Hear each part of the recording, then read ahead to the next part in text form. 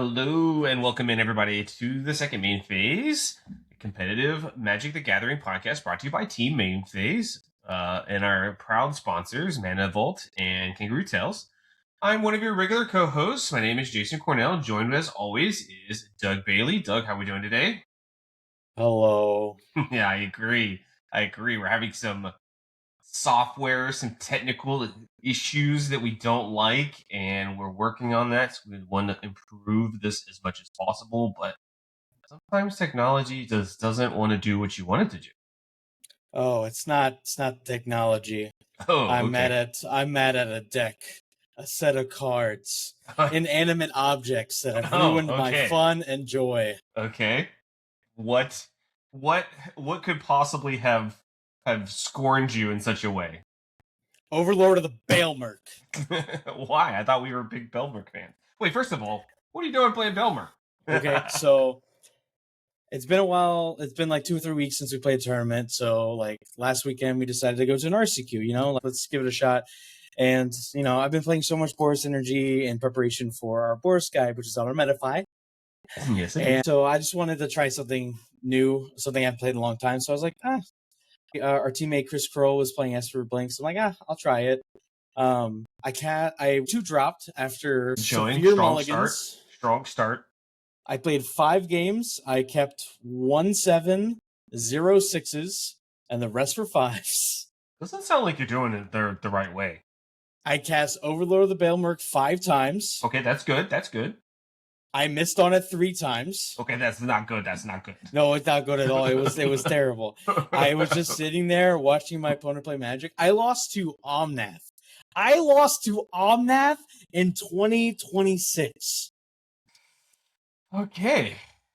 Well, I've never you know what? It is what it is. It's Magic variance, but I've never had so much bad variance. But thank goodness it was in a low stakes tournament. Oh my goodness. Could you imagine? I did that on a winning in for the Pro Tour. Again. Let's just call that a palate cleanser. We got it out of our system. We know we learned something. No, even in the palate, we're in the middle of nowhere, and I got food poisoning again. What?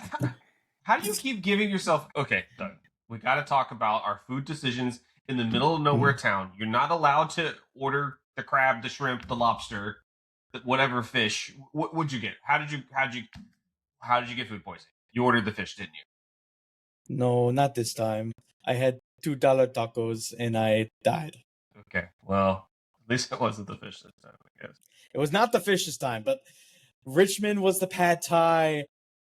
Another place it was the pad thai. Then the last time we went to that place in the Corpus Christi, it was the fish. 100%.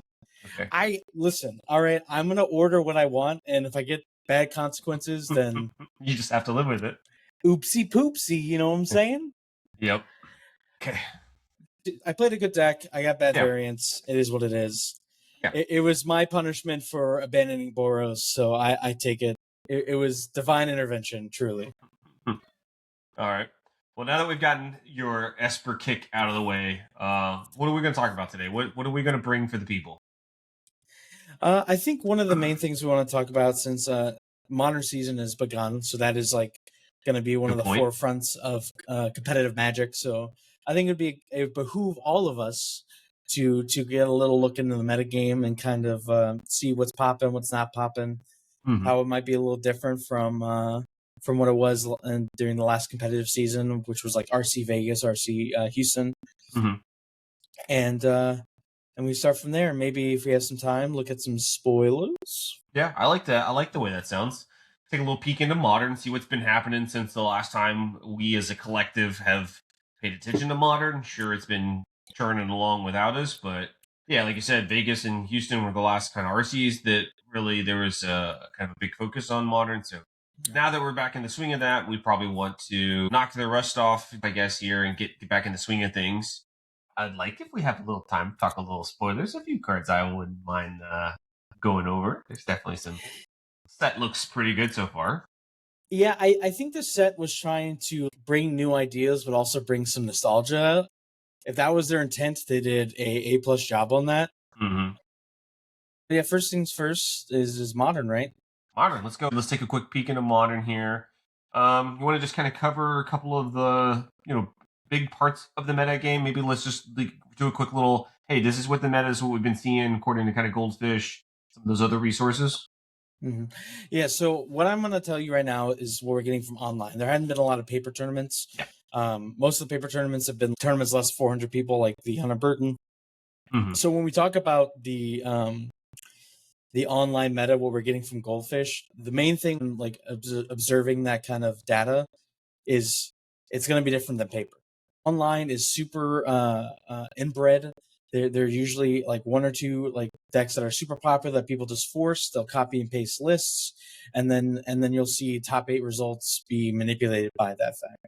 So, for example, like when in the last major paper tournaments, like I said, Vegas and Houston, Boros Energy stayed around between like 13 and 15%. Online right now, it's 20%, right? Followed by Jeskai Blink at 12, Affinity at 7%, Ruby Storm at 5%, Amulet Titan at 5%, Eldrazi Tron at 5%, Goryo's Vengeance at 4%, Neobrand at 3.5%, Domain at about 3%, and then Izzet Prowess rounding up 3%. And then there's a bunch of decks at 2%, like Mill, Brute Scale, the Izzet Metalcraft deck.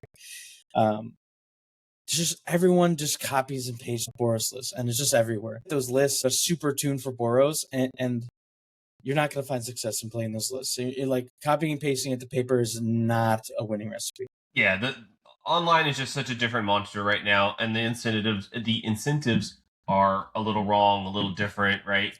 You just show up for your challenge or whatever, and you just play a deck, and you just kind of clock in and clock out. There's not like a lot of real innovation happening there, and there's not really a big incentive for players to do that either. So that's kind of what you're seeing. I'm hesitant to use the word, but kind of lazy deck building there for sure. But and like you said, the metagame is going to be different than what you're going to see in paper, right? Like you mentioned Houston and Vegas. What was Amulet Titan at Houston? 12%, and it's like 5% online right now or something. Those numbers are going to flip around. Obviously, it's not always going to be that, but it's nice to take a look at this and see where some pieces are, but you're gonna have some very different decks show up at your local RC. Yeah, 100%. Like Amulet Titan's a major player that I always expect like for paper metagame to be 5 to 7 more, because online you can't really present a loop, right? In paper, Yeah. you can present your opponent a loop and show it to the judge and be like, okay, and then this is how we kill you, right? Things go much faster. There's a clock system online, so if I present the combo, I have to click through the combo to get to the win con, and that can take a lot of time, and that can lead to losses, frustration in playing the deck. So usually numbers on Amulet Titan are a lot lower online than in paper. Same thing with like decks that like barely hit 1% on Goldfish. I mentioned Brute Scale. Brute Scale is not one of those decks that like during Houston and Vegas they were way above 1. Yeah, closer to like 5%. Yeah, they were around 5%. They were a decent part of the room. Yeah, because that combo takes forever on Moto, and your hand gets cramped, and then your hand hurts, and you have to explain to your coworkers why your hand hurts, and then that's awkward. It's just like, yeah, people get frustrated pal. with it. Yeah, and then you lose games you should have won in paper. Yeah, it's not the same experience at all. You said a point that was interesting. You said there's no innovation. I think that's incorrect. It's just innovation that won't translate to paper very well. What I mean by that, the best example I can say right now in the last week, Boros Energy Online is playing Roku's in the main deck. Yeah. And that makes sense when 20% of the meta is Boros. But in paper, that's not going to be the case. And most is going to be 15, so it might be decent. But the thing is like, besides for Boros and Just Get Blink, which is the next play deck, you're not going to see it. So like Boros Energy being 20%, Jeskai Blink being 12%, so 32% of the meta Roku is insane, then yeah, it makes sense to be in the main deck. But in paper, it's not going to be the same. Yeah, you're not going to see that. If you bring that list to a paper tournament, you're not going to find the same success because the numbers are not going to be there. And then you're just going to have these Rokus, these 4-mana cards rotting in your hand against Affinity, against Neobrand, Titan. It's laughable in the Titan. You think you're going to untap and be able to play those spells? You're crazy. You're delusional if you think that's going to happen. Not going to see that at your, the local metagame is going to be very different than what you're seeing online. And, you're going to have people just show up with like random stuff. I mean, that's how paper tournaments are. Yeah, speaking of random stuff, man, I don't know if you follow Twitter at all, or X as the kids say. Not calling it X ever. Don't ever say that. It is All Twitter. right, all right. So on X, Okay. uh, there was a story of a guy who hadn't really played Modern in a long time, hadn't played Magic in a while, and he just Happens. went to his local RCQ and won with Infect. Okay. Blast from the past. Infect. Blast from the past. Infect. Used to be a deck. It used to be a deck. I mean, It's not a deck. It's not a deck. Solitude's a heck of a Magic card. Oh my goodness. He was playing 4 of the Noble Hierarch, 2 of the Ignoble Hierarch, and then he only had 8 Infect creatures. He had the 4 Inkmoth Nexus and 4 Blighted Agents. Yeah. And then his secondary win condition was Tifa. Yeah, just scale up a Tifa and double its power a bunch or something. Yeah, so like scale up 2 fetch lands, 6, 12, 24, yeah. Yeah, that'll work. And then he had 10 protection spells and 4 spell pierces, and just like come at me like high rolling everybody. With winning the die roll with that deck, probably. Yeah. See it? Or opponents mulling the 3 or 2 or 1 or keeping no handers. Missing with their Overlord triggers and not finding their Solitudes. Yeah, that would do it. That would do it, 100%. Yeah. Yeah, like you're gonna have random RCQ opponents playing Infect. You're gonna go into rooms that like are majority Eldrazi or Tron, because you have a bunch of old heads who love the deck, right? Yeah. Season, we're getting back in the swing of things. So what's your advice? So what my real advice is, if you're gonna play in an RCQ, just be prepared for anything. Go into the tournament knowing every single line of your deck, every single interaction in your deck. Be able to make sure that you remember all your triggers, and you know how to mulligan and keep aggressive hands that do the thing, right? Mm-hmm. If I'm playing Boris Energy, I want to make sure that I'm mulliganing the hands that do the thing, right? Flip a Johnny, kill your opponent fast, right? I'm playing Storm. I want to make sure I can turn 3, turn 4 Storm and do the thing, right? Just be as proactive as possible. I'm not saying ignore MTGO metagames. When looking at that kind of stuff, just think about how things are skewed. Like, if there's certain flex spots in your deck and you see them playing certain cards, be like, oh, well, that's just because energy's everywhere and Jeskai Blink is everywhere. Well, if I expect this metagame, I should play these cards. You know what I mean? And just be cognizant of how the meta decks are looking different. And so if you do play against a meta deck, you understand, I saw that last week it was playing this card. Most likely they're playing that card too if they're copying the list. Just be aware of the trends. Yeah, I think that the important way to kind of summarize that and take away a little bit is just play something consistent. Be consistent with what you're playing. Know how to operate. Right, it's Modern. We're all knocking. Like I said, we're it's been a little while since we've kicked the Modern can around a little bit. So it's going to take some time to get back in the swing of things a little bit. So just do something like you said. Do something you're comfortable with. Be consistent. Keep strong hands. Just be disciplined. Right. And what you're saying about with looking at some of those Moto deck lists is you can expect other players to look at that stuff too, and then maybe, hey, I saw this did really well at the most recent challenge, right? This took first place at the most recent challenge. Maybe some people will adopt some technology from there, and that'll carry over to your paper RCQ. So it's important to be aware of what you think other people's deck lists are going to be, what you're seeing in these other deck lists, what's some sort of common trends, so you can kind of prepare for that a little bit. Yeah. The idea is that to use that as a tool to have an idea what you might expect to see, and then just kind of be a little prepared for some of that. Yeah, and I think for like the RCQ level, like you'll eventually get a good understanding of what people are bringing, especially in Modern, because the price tag is much higher, so the likelihood of people in the local scenes being able to switch decks week to week is pretty low.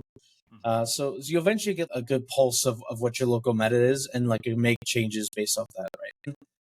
Listen, I want to see everyone who's listening to this podcast at the RC. We will be there. The main thing is I don't want y'all to be sheeple. Okay. Yeah. Like, use critical thinking. That's the best thing for kind of summarizing this big point is really use your critical thinking. Think about what ideas, what decks are being presented, and how that is applicable area or what you're playing or what you expect your friends to play, You're like, hey, you guys are going to your LGSs. You have a good idea probably what your friend owns. Like, I know this guy owns Amulet. I know this guy doesn't own Amulet. Make some decisions from that. Like for an RC or PT, then this advice makes not as much sense. Like Yeah, you this have to is yeah, kind of go on what's available, right? So usually when you're getting ready for like a PT and RC, there's more paper to look at, especially in modern, that you can formulate a more cohesive metagame breakdown. But if you're going into a tournament with a new format, new cards, like, then you kind of have to rely on what's online. But just be aware that those combo decks are going to go up for sure, yeah. and making game plans. Like, hey, if you're just going to copy a list because you don't really have a good idea of how the deck should be built, copy that list. That's fine. Use that as a starting point. Play some games with your friend. Get a feel for it. Maybe understand why some of those card choices are there. If you don't have that critical thinking skills yet, or you don't have that understanding of like the meta, that's fine. But you're gonna have to supplement it with playing a lot of games, either Yeah. on the ladder or preferably with people that you trust. Yeah, and I think one thing that I hear a lot from people is that they don't have time for the games, and I understand that. We're adults, we have lives. Some people out there do. Okay, have lives Yeah, and so kids and stuff and full-time jobs. kids. Ugh. Hey, Yeah, and they exist. and that's completely understandable. And if you still want to be competitive, that's still something you can do. But I would implore you to supplement it with like Metafy guys. I think the creation of Metafy was fantastic. There's a lot of good guides out there, but there's also a lot of bad guides out there as well. How do you sort those out? Well, there's two different ways that I would sort through it. Either name people that you know, like people who are very popular on X, or hardcore pros like Canister or House of Mana, Reed Duke, those kind of guys, right? You can usually trust those guys. The guys with lots of good results online and in paper at the PT level, GP level. There's also a rating system in Metafy, so you can always look at comments and ratings and see if it's giving you enough information. A lot of the teams that are like up and coming, they're usually pretty good sources for that information as well. But if you don't have the time for that kind of stuff, try to supplement it with that, because like in the past, it used to be like free resources and articles on websites and stuff like that. That era does not exist anymore, unfortunately. The Star City game, era is gone with a lot of that content. If that stuff's gone, the next best thing is going to the Metafy pages. I'm going to add one more thing too. We've talked about guides and some of these other resources. Go watch some streams. Go turn on some Twitch and go find people out there that are streaming it. There's YouTube, obviously, of course, too. Like, people create guides and decks and videos of them playing. Even if you don't have the time or the comfort to sit down and play a deck, watch somebody else do it, learn some stuff from there, take some information there, take notes. It almost kind of consider it homework in a sense. There was definitely a period of time where I was newer with Modern and I didn't have time to play a lot. I didn't have a good friend group around where I could say, hey, come jam some games with me. Let's try this idea out. I would go look for streamers playing that and use that as a fill-in for some of that. That will work. That is useful. That is helpful. Now, obviously, that's not going to be the end all be all of what you're learning or what you're gathering, but it is definitely a tool. It's definitely a resource that you can use to just plug in some of that information that you're missing. Yeah, it's also a lot cheaper as well. Yeah, it's time consuming. We're talking about watching an hour long video or something, or somebody playing a league, but whatever you got to do to kind of find some of that data, that's just get some of that information that you're missing for whatever deck it is there. And there's discords out there for people that are like, hey, this is just the Titan, this is Amulet Titan Discord, everybody here is Amulet Titan sickos. And so there's stuff like that. Find some of those kind of things, like-minded people that are working on the same decks. I'm sure there's a lot of ways to kind of get you ramped up on some of that. So, and again, a lot of this is all focused on people that either are new to Modern and coming back, or haven't spent a lot of time playing. Like in the example with the guy that was playing some Infect, taking some time off and coming back and just running well. So there's ways to kind of do a lot of that, and it's important to just try to soak up as much information as you can.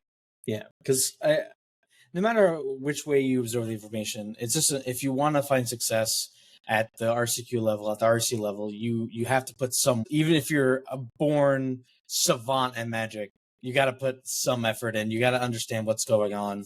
You just can't live in the bubble and expect to be successful. Yeah, I mean, it's a good point, right? It's not all just like I'm a high skill level, right? Like, just because you're a high skill level player doesn't mean you know how to build a deck. Doesn't know you know how to like sideboard with a deck. Doesn't mean that you understand what's important with the matchup. Maybe there's a lot of varying degrees of that, and so it's not don't focus on playing perfect, right? That's not what we're trying to say here. Um, always try to focus on learning and improving. Those are the big things, and like I said, there's all of these resources that we've listed that can help with that. What else have we got for the people before we jump out of modern? Anything else we want to make sure that we've hit for this RCQ season that we're kind of getting everybody ramped up for? Just be ready for like the top 5 decks. Like we said, like the numbers are going to be less in paper, but you still have to be ready for Boros Energy, Jeskai Blink, Affinity, Storm, and Titan. I think those are like the 5 decks that really stand out to me as like the power 5 of modern that really shape how modern is interacted. Like a ton of sideboards run Wrath of Skies for energy and affinity. A ton of sideboards have land destruction for the Titan deck. And there's a lot of dampening sphere and high noons and sideboards to stop storm, right? Yeah. So if you're gonna play a brew or a deck of old, you at least got to be 3 of the 5 and be able to have fighting chances in the other 2. I think you just have to have plans for all 5 of those decks. Yeah, I think that's good. It's a good way to kind of look at it. Narrow the lens down. If you're not too sure how to build your sideboard or what decks to even like, this is the first RCQ that everyone's showing up at my local store. I don't know what anybody's going to bring. Just narrow that lens down a little bit to those 5 probably most played decks. Have a plan for those. It's likely that Boros is going to be the most played deck in the room. And have a good plan for it.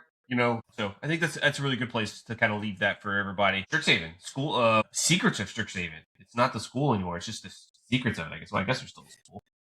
Yeah, for sure. Definitely, we are in the Gossip Girls era of Strixhaven. Okay. We'll go Gossip Girls. God, that happened in high school, right? Right? Yeah, I don't know. Degrassi. There we go. Degrassi. The Degrassi of Strixhaven. That happened in high school. I know that much. We're back in school, baby. Back in school. And school is looking cool. I like what I'm seeing. This set looks pretty good.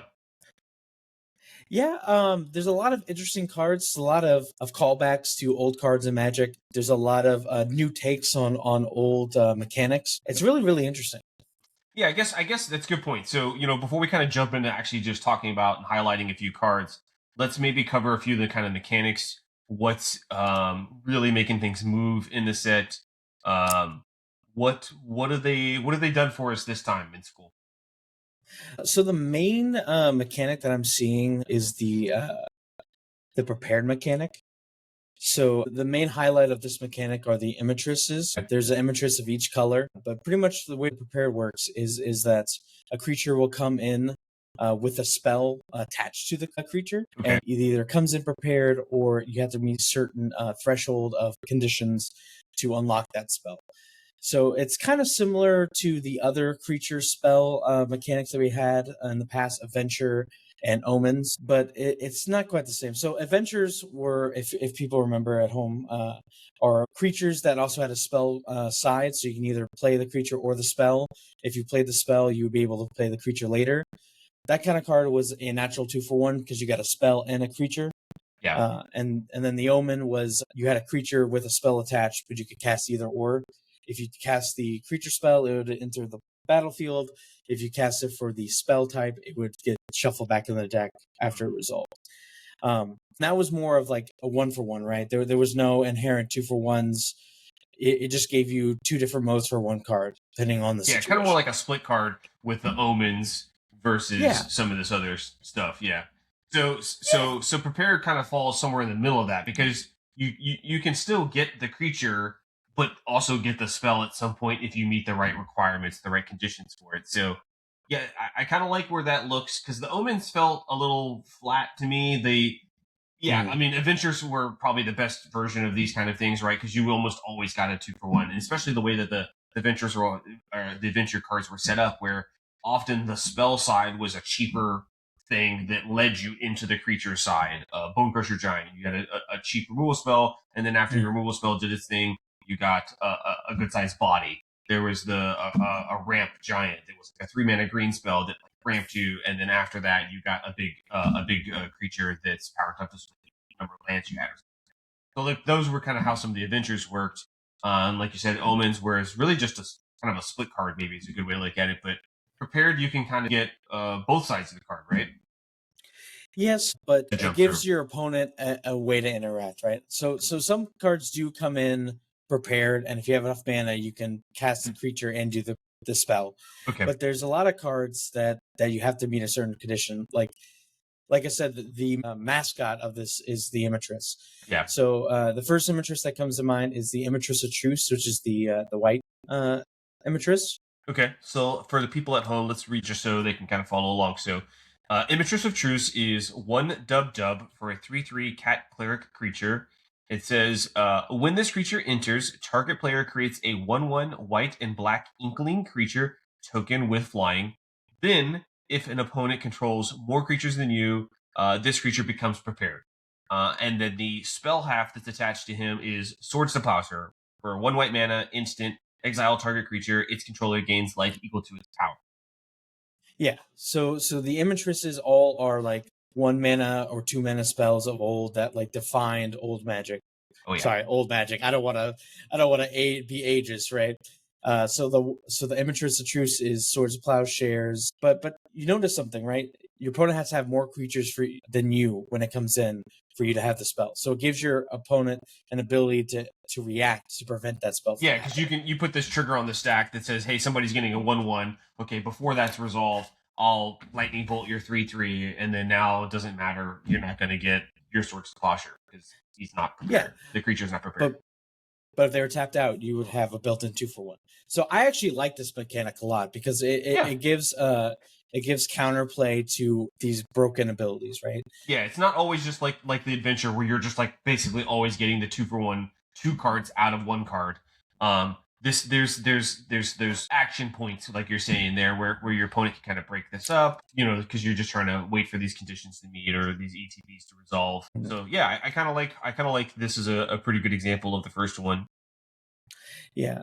We look at the red Imatress of Conflict.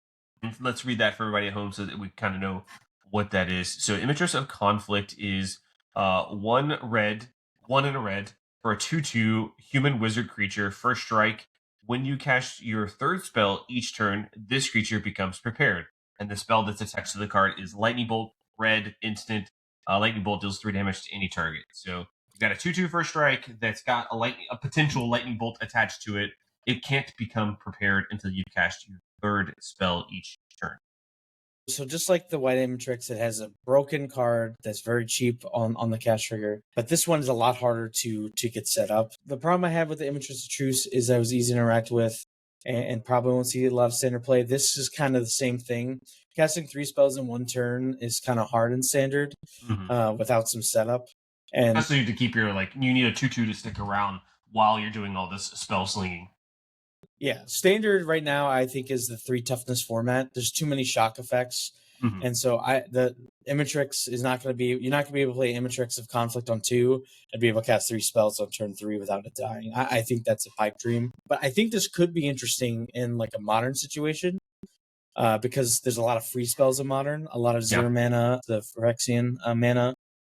So it might be who knows? Maybe Prowess or another like blue-red spells deck might be interested in a card like this because it might be a lot easier to cast and protect. And another thing that's interesting that we kind of haven't highlighted too with this prepared and these prepared creatures and their spell that's attached to them. You can cast this spell multiple times. It's not a split card or an adventure where I play the card one time and it goes to the graveyard, or I play my creature and it goes into play. If you keep meeting these conditions, you keep meeting these requirements to get the creature prepared, the spell is locked and loaded, I guess, so to speak. Like you're ready to go to cast it again, and that's kind of an interesting thing. And specifically with the red one here, it's the lightning bolt kind of feeds it. So like once you get it prepared the first time, you have a lightning bolt. You wait to cast your lightning bolt. That's your first spell of the turn. You need 2 more spells, and then it's prepared again. So it's sort of like it kind of gives you a spell every time. Once you get it prepared the first time, you've got at least 1 spell every time from then on to count towards it. So you really need to just double spell after you get it prepared. Yeah, 100%. So that's kind of interesting. That is very interesting, actually. It builds into its own value engine, which is very intriguing. Which is probably why they kept it as a 2/2. The green Imatrix is also very interesting as well.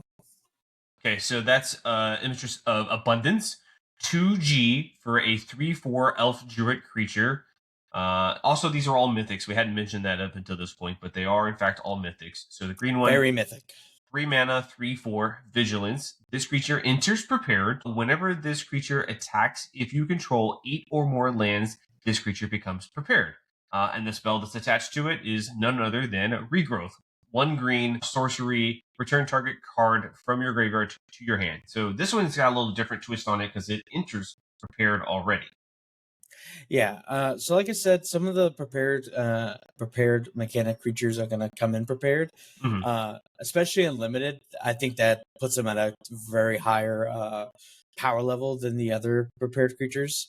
Yeah. Just because if they don't have an ETB, you just can immediately cast a spell, and then it's a guaranteed 2-for-1. This is one of those creatures, right? That kind of comes in and can immediately cast the spell part of it. But the only issue I have with this kind of card is that it's like that kind of effect is not as powerful as it used to be. Bolt is still very powerful. Sword of Plowshare is very powerful. Regrowth, there's a lot of regrowth abilities in standard, modern, legacy, etc. Yeah. So I think this one kind of falls behind on the power level from the spell side, but as the rest of the card, 3/4 that has like late game value. If you're going late in the game, it could be pretty. It could be something interesting, especially if standard somehow slows down. If there's some bannings, or if some people find some good counters to the is it prowess, is it lessons, and is it spell mentals deck, you can see this card being very powerful. Yeah, I actually kind of like this one a fair bit so far on just kind of soaking it in. A 3 mana, 3/4 vigilance is not terrible stats, better than the red 2 mana, 2/2 first strike, I think. For sure. I mean, I think we really have that tension point in standard where there's a lot of shocks running around. So a 3/4 really kind of eats up quite a bit of with a big toughness there. And the other thing is that this enters prepared. So right, there's no trigger that goes on the stack. If I play this 3 mana spell and I have a green and another mana laying around, I can immediately do the regrowth. So that kind of has some, like you mentioned, regrowth is probably not as strong as it once was, but I still think this card reads pretty well for me. And like you mentioned, also in limited, I think this is very, very good. Like very good. Oh, 100%. Yeah, like Yeah, we're definitely after all this was out, we're gonna have a very good limited discussion for sure. I think the green one's really good for limited. That'll be something that we'll look forward to seeing how that, once we see the full set and get to really sink our teeth into limited. Yeah. Have we saved the best one for last? Maybe. We'll see. I guess it could be the best one because at the time of this recording, the Black Imatress has not been released. It'll probably be released tomorrow when all the cards are released. Unfortunately, but deadlines, that kind of stuff. Gotta get the podcast moving. We gotta get the content going, baby. So the blue one that we've hinted at here is Imatress of Ideation. Yeah, Ideation. Yes. Okay. That's 3 blue, so 5 mana for a 5/5 human wizard creature with flying ward 2. This creature enters prepared. Whenever this creature attacks, you may exile 8 cards from your graveyard. If you do, this creature becomes prepared. And the spell attached to it is none other than Ancestral Recall. 4 blue, it's an instant. Target player draws 3 cards. Yeah, out of the images that we've seen so far, this one seems the most pushed. Yeah, I mean, it's a 5 mana 5/5 flying ward 2, which is kind of something I'm already sort of on board for. Maybe not just for standard, but I guess like we've got 2 mana 5/5s that kill you with haste flying in your prowess decks, I guess. So, but just the stats of this are like pretty reasonable, and I can see, that this is just like a flying body, right? And then the fact that it just enters prepared, so you already just have the recall ready to go is pretty powerful. Yeah, I definitely find it weird that they put the strongest older spell, the only creature so far that has inherent protection, right? It has ward 2, meaning that it's harder to interact with. It is a 5 toughness creature, which gets past the shocks and sears of the format. So it has stats that are hard to kill. It has inherent protection that lets you get to a turn where you can cast it, Yeah. and it has flying, which really matters in a format that has Momo, which makes creatures with flying cost less. So Interesting. Yeah. theoretically, you could cast this on turn 5 and be able to assess a recall. Right. Right. That's a good point. And like yeah, the word really sticks out to me as like you said too, super super important. Being 5 toughness, you're really just looking at it has to be a Doomblade effect to really deal with this, and your opponent has to have 4 mana available, basically 2 mana for whatever your Doomblade of choice is, plus the word cost. So yeah, I mean, it does seem like this is a card that you can really um kind of pivot through, pick your right spots where you're just going to always get to get this recall off attached to this 5/5 flying thing. And another thing about the body, kind of what I was saying before, that I was like, I'm pretty happy with just having a 5/5 laying around. You're gonna kill them pretty quickly with this. You're gonna run them over with like, okay, well, I drew a bunch of cards. Now I can, counter your next thing and answer your next thing with my removal spell, and I'm still just left with this 5/5 laying around that it's kind of, it's trucking in. So, um, yeah, I don't know. This one seems pretty pushed to me. I mean, I don't necessarily think I have a home where I want to put it right away, but kind of all the sum of the parts here, it looks like a pretty good card. Yeah, it's definitely a card that could see play, but it would fight with Riddler in the format Mhm. as kind of the big flyer late game effect. So time will tell which one is better, but I mean, Wizard thinks is this card because this card's hecka pushed, Yeah, it feels mega pushed. feels pretty darn pushed.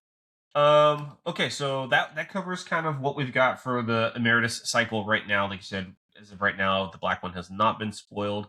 Where we jump into next? Doug, you had a few other cards you probably wanted to talk about. Yeah, there's a couple other mechanics that we're gonna get to. I think we're gonna save that for like more of the limited episode Okay. because a lot of it's not gonna have like a lot of constructed play.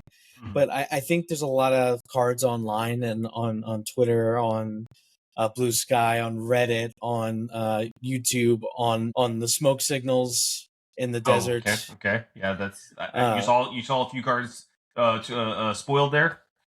yeah, I think a lot of Okay, people are very hyped on the card of Road. okay. Did that one come through pigeon carrier? Did How did you get the I actually word got this on? on I got this on a Telegram. Oh, The okay, okay.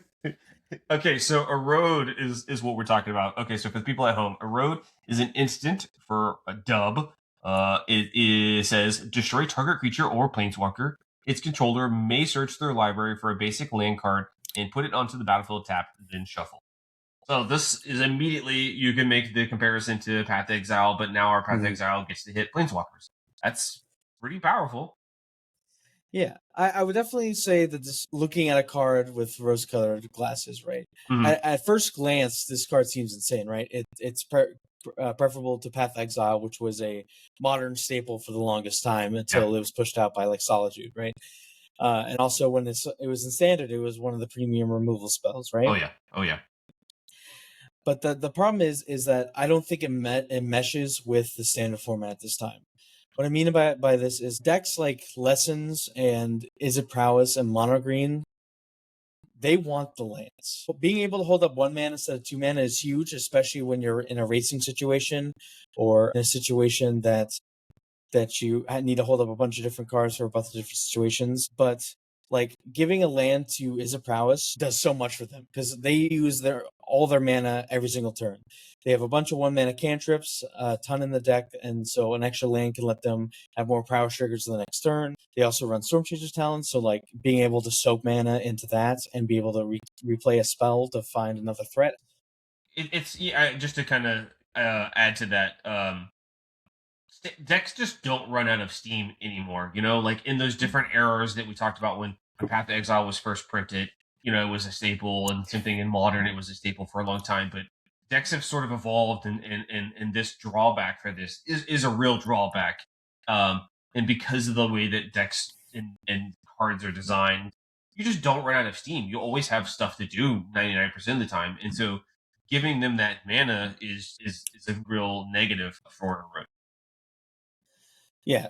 especially in the is it piles, is it spell elementals, is it prowess, is it lessons. They have a lot of mana sinks, a lot of ways to use that mana. There's a lot of cards with Harmonize that you can use the mana to cast cards from graveyards. And then, not to mention the big elephant in the room, mono green. Mono green is Yes, the give me more most, land drops. yeah, like if I like one of the things you have to do against mono green is be able to interact with their mana acceleration, Lorna Elves and Badger Mocha, right? Right. A road is not what you want to be doing Not to an be able answer to interact for with it. yeah. You can't answer their mana dork by giving them a land like that. They still just have the mana dork now. Yeah. Exactly. And in the mid game, like if you're killing a threat like an Ice Hill, like giving them a land hits the landfall triggers for the Mossborn Hydra, Sasha Chocobo, other Ice Hill Explorers, Harmonizer, like that land drop Jim. triggers so many different things in the deck that like it doesn't really seem very good in that matchup. Like the only way that I could see a road being very effective is if you're like a very hyper aggressive white deck that is trying to kill them on turn 4, turn 5. So you need to prevent yourself from dying on turn 4, turn 5. Yeah, that's a good point. So there is a certain degree of efficiency with the road, right? It's one mana, not questionable, destroy target thing, get it out of here, right? And so one of the ways that you can kind of navigate that downfall, that the downside, is by I'm not going to give you time to stick around and use that mana. So maybe the Momo deck that you mentioned earlier, is that something that can maybe pick this up? Time will tell on where a road ends up being. But yeah, I don't really see this being like a big control card, kind of like you're saying. It's just that, all right, I'm the control deck. I'm playing a road. I give my aggressive deck more mana, and then they're just able to punish me with that. So it is a super efficient card. It looks great on the surface, but I'm proceeding with caution. Yeah, 100%. I think this card's going to land as a sideboard card for sure for aggressive white decks. Okay. Like you said, the Momos of the format, the red white token that's popped up here and there. Mm-hmm. Yeah. I think the other card that people are very excited about, and I actually think if the meta strips it away, might be very good, is the flashback card. Okay. So not to be confused with flashback, the mechanic which is in this set. Other similar things. This card's name is Flashback. It is a red instant. Target instant or sorcery card in your graveyard gains Flashback until end of turn. The Flashback cost is equal to its mana cost. So it's a 1 mana red instant that gives whatever your best spell in your graveyard Flashback. So that's kind of interesting. Where do we see this kind of getting used? So I think this card is kind of gives me flashbacks to Snapcaster Mage, right? It gives you value from your graveyard at instant speed. It doesn't give you the 2/1 body, but the 1 mana being able to flash anything back. That's pretty useful and pretty flexible in its use. A deck that would really use this card very well would be like a control variant, being able to shave down some numbers of like Jeskai Revelation and be able to play this card, which you could use in other situations while also keeping a high win con count would be pretty huge. But because I can only really see it being used in like a control strategy, I don't think it's going to have a lot of immediate impact with the format, because control really has a problem dealing with enchantments and artifacts, which makes it kind of acceptable to the lesson stack and to mono green. And I don't think a card like this really helps that issue that it has. Because really the only way that control is able to interact in those kind of cards is with black, and that makes your mana worse. But if you don't have good interaction that's not mana intensive, then those matchups aren't going to get better, and this card does not do that. So, I mean, in a world where the format slows down, this is going to be the first card I'm going to think of as seeing play for sure. So, what about Modern or some other formats? Do you think? I think this could. Modern's got a lot more powerful spells at a lot cheaper casting costs, and this looks way more exciting there. Do you think that kind of finds a home there? Maybe like I'm not really sure what you would want to do with it, I guess, but maybe Storm wants a copy of this or something. Maybe giving your ritual flashback instead of having to get to a certain mana threshold with your past in flames, so that you can start flashbacking all of your like rituals. Maybe this like gives you that one like corner case where I'm like a mana short from doing this, but like if I just get to this threshold, then I can keep going or something. Maybe there's a way that flashback gets used there.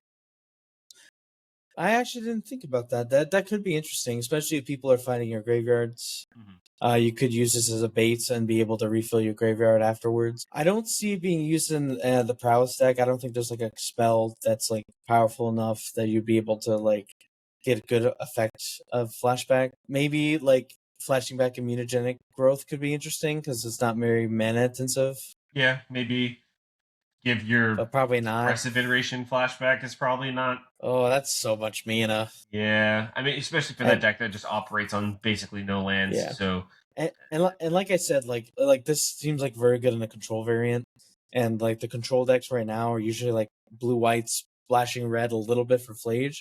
yeah, I don't think they would make a good use yeah, of this because like if they wanted that effect, they would just play Snapcaster Mage. yeah. I don't really see it in that in the the just guy kind of mid rangey control ish kind of thing. I don't know.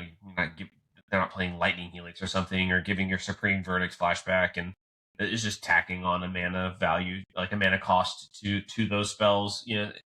I don't see it in those kind of things, but we'll I guess we'll kind of let the brewers out there go wild with this and see what they come up with. But it does seem like a very interesting card. It does seem like um it could have a lot of applications. Like I see some power here, so I'm interested to Yeah, see where hundred that percent. goes. Yeah. 100%. I'm not. I'm one of those people that I don't. I'm not trying to poo-poo a card. I'm not trying to say this card's terrible, but I'm a realist, right? Like if I'm examining this card for a certain metagame, it's got to fit somewhere for it to have immediate impact. Yeah, it's got to make a little But sense, and just not seeing that yet. yeah, but I mean, hopefully the format will slow down soon. Hopefully there'll either be some breakout deck of the Pro Tour or a banning in standard that like slows the format down a lot, and Hmm. this card will immediately go in the forefront of mind as something that could really be busted and Yeah, standard. really start trying something with that. Yeah. You also wanted to talk about the slow lands as well. Yeah, I've got a couple of things that I'd like want to try to cover here, but well, if we've got time. But yeah, I think we'd be remiss not to cover the slow lands if we're going to delve into what Strixhaven's bringing. And I think a big thing is giving us some more playable dual lands. Like these lands have been in standard before: Deathcap Glade, Dreamroot Cascade, Shattered Sanctum, Sundown Pass, and Stormcarved Coast. Those have all been in standard before. We played with these cards before. We kind of know what they do. We kind of know what they don't do. Um, I think the mana that we have right now in standard is pretty good, right? You've got a good amount of decks that have fast lands like Spiral Canal and a lot of the Izzet decks, and you also have Steam Fence. I'm not sure that those decks want a Storm Carved Coast or something. Maybe there is. Maybe there's a deck that wants this to be their 24th land, 25th land, or something like that. We've seen these mana bases. Typically, these lands aren't used as a full four of like, all right, I'm filling out my deck list. It starts with 4 Stormcarved Coast. That's not Mhm. usually what we see, because it's just so important for your first. Like you've mentioned, the format's very fast right now. It's so important for my first couple of land drops to come play untapped. Let me use my mana on turn 1. Let me use all of my mana on turn 2. These lands don't work with that. But if there is some slower things do slow down, if there is some sort of control deck that's going longer, these are good lands. I mean, they do the thing. They make the right colors of mana that we need, and they have a way to come in and play untapped. So I think they're definitely interesting. I see these as probably supplementing our mana bases that we have in standard right now. Probably not, like I said, probably not a 4 of in a lot of decks, but they'll pop up. Yeah, you said something interesting. Like, I think standard is a turn 4 format right now, and like a tap land between turns 1 and 3 could be very detrimental in being able to enact your game plan, Yeah. especially if you're playing like a Simic Cub deck or a Prowess deck, or even trying to interact on every turn with lessons. Right, like having a tap land come in those turns could be a make or break of the game.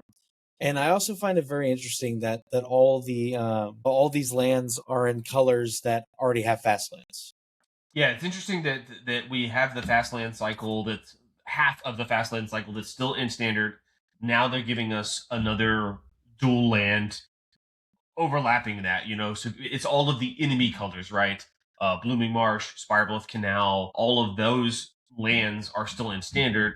Interesting that we're getting this wave of slow lands that is also the enemy color ones to match that. So basically your Izzet deck got better mana base even more, and didn't help your Gruul deck or whatever. So that's kind of interesting. That was kind of strange in my opinion. Very, yeah, very I mean, I strange. guess that's what the schools were originally set up, right? Like Lorehold was always red white, so that's something that is just carrying over, I guess, from the first Strixhaven. So they're staying with those what are they called, classes or houses, I guess, maybe in the school. Yeah, you got Slytherin, Gryffindor, Hufflepuff, and Ravenclaw, right? Those are the houses. The houses, right? Yeah. No, I definitely think this is like more of a planning for the future kind of thing. We'll get the other cycle probably in the next set or two. Yeah. If the format slows down, it would help those color pairs a lot. Right now, I don't see them helping those color. Yeah, I don't see them making a huge impact just yet. Good that they're here. I like Standard having a good couple of options of dual lands so that you can play aggressive decks. It's not and maybe that's a symptom and less of a feature, I guess. But because the mana is so good in some of these 2-color decks, we're allowed to play these super fast decks, right? When the mana is less good, you can't play super fast decks and you have to play slower decks because all your lands come into play tapped. You can't cast your spells. So we'll see where Standard, kind of transitions if that stays the same. Because the mana is really good in some of these 2-color decks, that's why it is allowed to be super good and fast and aggressive. And if some of those lands fall out and we don't get more lands to replace them, then we could turn into more of a slower mid-rangey format that we've had in the past. Yeah, we're just in an is it format again, man. It's just is it everywhere. There's someone at Wizards who has an is it tramp stamp on their back, and they love is it, and they keep pushing it.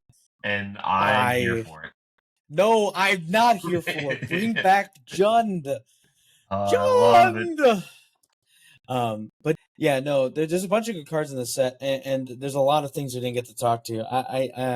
I know next set we're gonna have a big deep dive in the limited because we'll have all the cards out by the next couple days. So we're definitely gonna touch on the charms because I know that was something I really wanted to talk about. Charms are interesting. Dragons are kind of interesting. Everybody loves a good flashy dragon. We got to talk about those at some point.